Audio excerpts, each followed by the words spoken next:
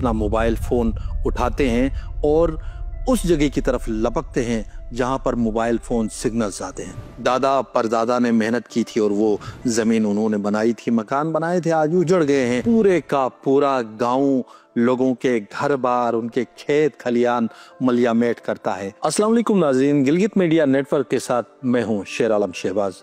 नाज़रीन कराम, कहते हैं कि अल्लाह के यहाँ देर है अंधेर नहीं।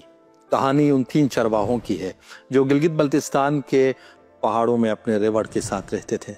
जाहिर है पहाड़ों की जो ज़िंदगी है वो काफ़ी मुश्किल होती है, दुश्वार गुजार रस्तों पर चलना और रूखी सूखी जो मुयस्सर आए वहाँ पर खाना पड़ता है और झोंपड़ी नुमा घरों में या फिर गारों के अंदर वो अपने रेवड़ के साथ रहते हैं। अगर दूसरी तरफ हम देखें तो जो शहर की ज़िंदगी होती है वो एक पुरआसाइश ज़िंदगी होती है और बहुत सारे लोग ऐसे हैं जिनको अल्लाह ताला ने अता किया है बड़ी बड़ी गाड़ियों में उनका चलना और बड़े बड़े महल्लात और बड़े बड़े मकानों और कोठियों में रहते हैं। मगर पहाड़ों में ज़िंदगी गुजारने वाले शायद यही सोच रहे थे कि हमारी ज़िंदगी देखें मुश्किलात से भरी है और लोग अयाशी करते हैं। और वो 3 चरवाहे जो अपने गाँव के पहाड़ों में अपने रेवड़ के साथ रहते थे, रात को यही कहानी करते करते रूखी सूखी जो मुयस्सर थी वो खा के सो जाते हैं। और रात को जो है एक बहुत बड़ी धमाकाखेज आवाज़ से ज़मीन लरज़ जाती है और वो एकदम से जाग जाते हैं। फ़ौरन जब वो बाहर निकल के देखते हैं तो क्या देखते हैं कि पहाड़ उनकी तरफ बढ़ रहा है और ज़मीन मड की शक्ल में एक बहुत बड़ा सैलाब उनकी तरफ बढ़ रहा था। उनको फ़ौरन ख्याल अपने घर का, अपने गांव का आता है। वो फ़ौरन अपनी उस झोंपड़ी में जाते हैं और अपना मोबाइल फ़ोन उठाते हैं और उस जगह की तरफ लपकते हैं जहां पर मोबाइल फ़ोन सिग्नल्स आते हैं। जाहिर है पहाड़ों में कहीं सिग्नल्स आते हैं और किसी एरिया में सिग्नल्स नहीं आते, तो वो जहां सिग्नल्स आते हैं उस चोटी की तरफ दौड़ते हैं। किसी ने पाँवों में जूते पहने होंगे और कोई नंगा पैर पत्थरों से टकराते और गिरते संभलते उस जगह तक पहुंच जाते हैं जहां पर सिग्नल्स आते हैं। वहां पहुंचकर वो फ़ौरन कॉल मिलाते हैं अपने घर, तो खुशकिस्मती से कॉल लग जाती है और अटेंड भी हो जाती है। जब कॉल अटेंड होती है तो वो अपने घर इतला देते हैं कि पहाड़ से एक बहुत बड़ा एवलांच, एक बहुत बड़ा सैलाब और मड और बहुत बड़े पत्थरों का एक मलबा जो है गांव की तरफ बढ़ रहा है। तो आप एहतियात करें और तमाम गांव वालों को इतला करें और उनको किसी महफूज जगह पर मुंतकिल करें। तो रात को फ़ौरन जो ही कॉल सुनते हैं घर वाले तो वो गाँव में इतला देते हैं, कहीं जाके मस्जिद के लाउड स्पीकर में ऐलान करते हैं और कहीं खुद घरों में जाना पड़ता है। हर घर के दरवाजे पर जाकर दस्तक देकर उनको कहते हैं कि भाई सैलाब है, आप अपनी ज़िंदगी बचा लें।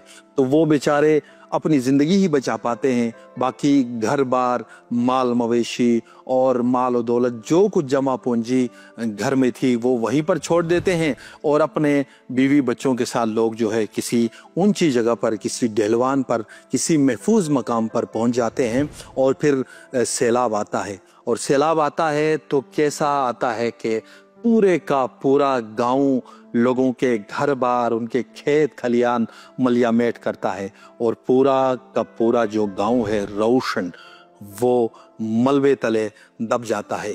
देखते ही देखते उनके ख्वाब चिकनाचूर होते हैं। पूरी जिंदगी लगाकर जिन्होंने अपने घर तामीर किए, बड़े चाहों से, बड़े अरमानों से अपने बच्चों का पेट काट कर जो है उन्होंने कुछ जमा पूंजी की और फिर घर बनाए होंगे।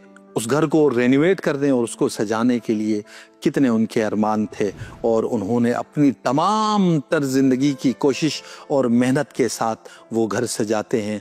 और फिर क्या देखते हैं कि अचानक उनकी आंखों के सामने उनका घर बार उजड़ जाता है, उनके खेत खलियान उजड़ जाते हैं, उनके फलदार दरख्त जो थे, जो पौधे थे, जितनी मेहनत सदियों से की थी वो सारे का सारा मलबे तले दब जाता है और खुशकिस्मती से उनकी जान बच जाती है। और फिर सुबह सवेरे जो है आर्मी का हेलीकॉप्टर कुछ लोगों को रेस्क्यू करता है और कुछ लोगों को रेस्क्यू करने के लिए पहाड़ में जो चरवाहे 3 थे उनको रेस्क्यू करने के लिए पहाड़ पर जाता है और उनको रेस्क्यू करता है।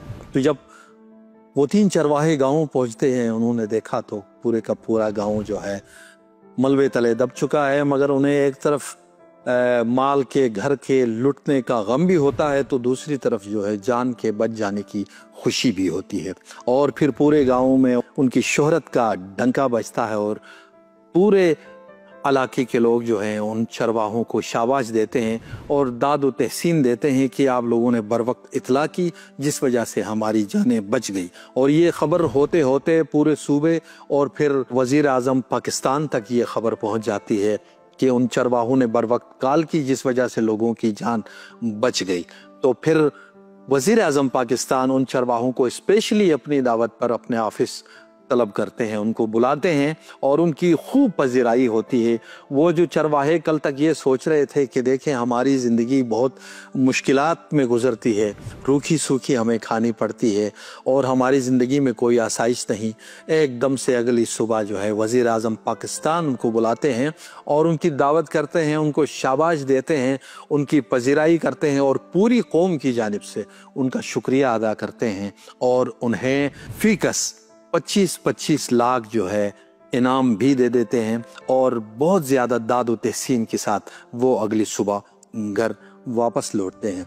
मगर सवाल ये है कि उन गाँवों के लोगों का क्या होगा जिन लोगों की उम्र भर की कमाई लूट गई, जिन लोगों के बाप दादों ने सदियों से मेहनत की थी अपने वो खेत खलियान बनाने में, वो जो पौधे उन्होंने बड़े किए थे, बड़े चाहों और बड़े अरमानों से अपने घर बनाए थे, वो सारे के सारे घर उजड़ गए, मलबे तले दब गए। तो अब सवाल ये है कि उन लोगों का क्या होगा और उन लोगों को क्या मिलेगा। इसलिए मेरी हुकूमत पाकिस्तान और तमाम उन NGOs से मेरी गुजारिश है जो उनके लिए काम करते हैं, उनकी फलाह व बहबूद के लिए काम करते हैं, कि बराए मेहरबानी तमाम NGOs और जो हुक्मरान हैं आपस में कोलैबोरेशन के साथ उनके इस नुकसान का अजाला करें। देखिए उनके इस नुकसान का अजाला तो नामुमकिन है क्योंकि उन्होंने बड़े चाहों और मानों से पूरी ज़िंदगी सदियों से उनके दादा परदादा ने मेहनत की थी और वो ज़मीन उन्होंने बनाई थी, मकान बनाए थे, आज उजड़ गए हैं, लेकिन फिर भी उनकी दिलजोई करने के लिए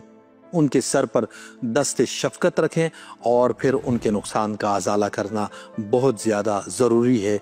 अल्लाह ताला से दुआ है हमारी कि अल्लाह ताला हमें अपने हिफ्ज़ व अमान में रखे, तमाम ज़मीनी और आसमानी आफ़ात व बलियात से हम सबको महफूज रखे। आमीन।